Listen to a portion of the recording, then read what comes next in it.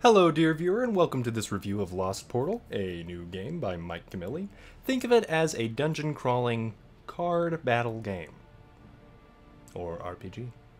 Now, you start out with 4 slots in the base game. The base game costs $2.99 unless you get it on sale. It has been on sale for up to 99 cents or just a dollar. And if you get the expansion for $2, you get 4 more slots, 30 more cards, 3 more dungeons, and some more fun. I like the expansion, personally. Now, what do parents need to know about this game? Well, the only big misgivings parents might have would probably be the artwork. So as you can see, there are some pretty cool things in this, and some somewhat creepier things. So if you're worried about your child maybe getting freaked out by some of the artwork, then yeah, that's something to keep in mind. Like, say, this. It's kind of a creepy skeleton thing, you know? But if they're okay with something like Magic the Gathering, then they're probably going to be fine with this game. I don't see any issues, really. I do not personally remember curse words in this game off the top of my head. They may be in here. It was not listed as such with the age rating. I believe it's 9+ on the App Store. I do have an article reviewing the game as well, if you want to look at that on lunarnebula.com for more information. It also contains a few more of my opinions on which deck to start with. And just to give you a hint, either the red Aeon deck or the black Aeon deck. Now, the way this game works is you are basically a traveler who goes through portals and is trying to reconnect all these cities together that have been attacked by monsters. The monster attacks have prevented the cities from using their portals and cooperating, so it's up to you to fix everything. Because why not? Now, the game works where you wander around dungeons, you reveal things as you go. I've already revealed everything here. And then you have a choice. You can build decks. What cards do you want? Now, you want Aeons in your deck because these are like mana in Magic the Gathering. These will allow you to pay for the creatures that you summon. And depending on which Aeons you start with, that will heavily dictate what you use in your deck. I started with red, so I usually want a red Aeon deck, or at least some form of it. Later in the game, spoilers, you can find dual color Aeons, which give you a lot more options. As for me, I've beaten the game entirely and the Erehim expansion, so I've had a lot of fun playing around with different deck combinations. For now, let's play a card game with a robot known as the Watcher. This robot watcher is going to draw its hand. I drew mine.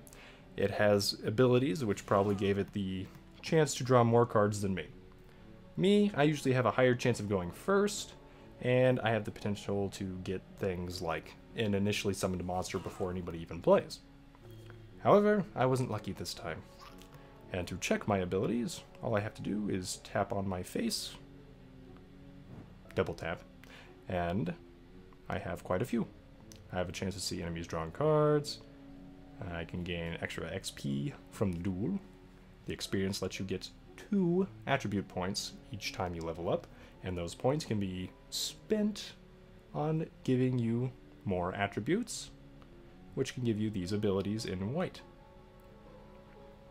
Overall, I like the agility route first. I'm going to force that discard, place a creature. And as you can see, both the creatures here are outlined in red. This means they have summoning sickness. I did not get my creature Rush. Rush is kind of the charge ability, or the move first ability. Move as soon as you're summoned. And as you can see, they no longer have red around them. So alright, what else do I want to do? I could give a magic item to my creature. Each creature can only hold 1 magic item. Some cards get rid of magic items, etc., etc. If you can play a card, it's usually outlined in green.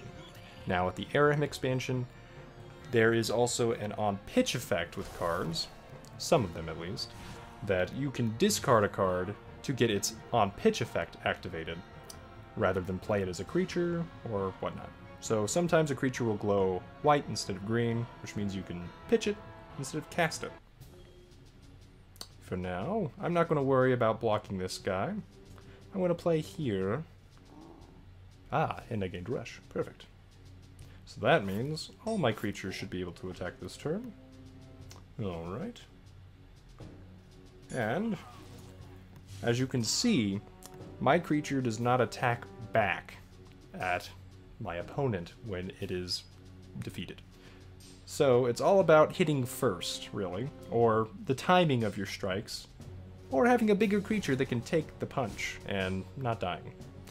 Right there is an example of a disruption card. Now, disruption cards will stay in your hand and will be played outside of your turn as long as you have the Aeons for it. Now, Aeon cards are, you know, once again, the mana of this game. And for the disruption spell here, he had to have 2 blue left over. For me, I have plenty of blues right now.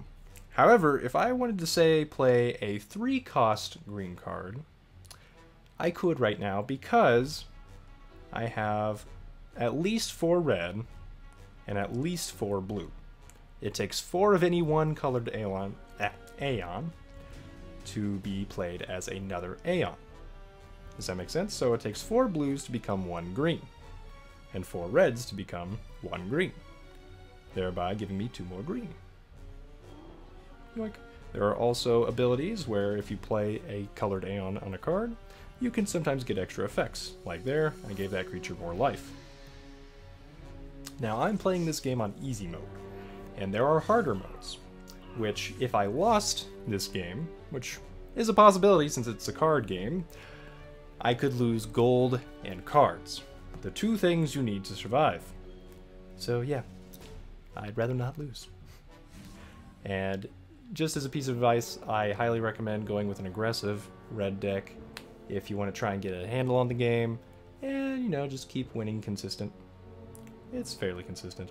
Now, this is a gray Aeon card, so I can use any Aeon color, any amount, whatever. So this makes these cards very consistent. Get them, use them, enjoy them. And what do I want to do here? I could just kill something. We'll kill that. Alright, moving on. Other advice for the game would be figuring out whatever path you want to take as soon as you can. Oh, by the way, this is a gold Aeon card.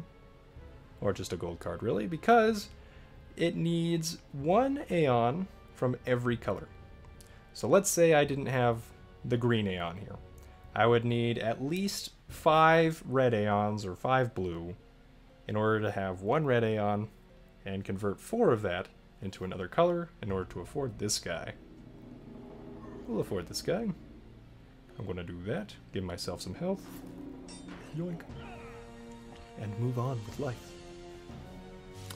Yeah, if you want to see more of the game's mechanics, I recommend the Let's Play on this channel. That way you can see the game in action, figure out if you like it or not. And so, we will continue this battle.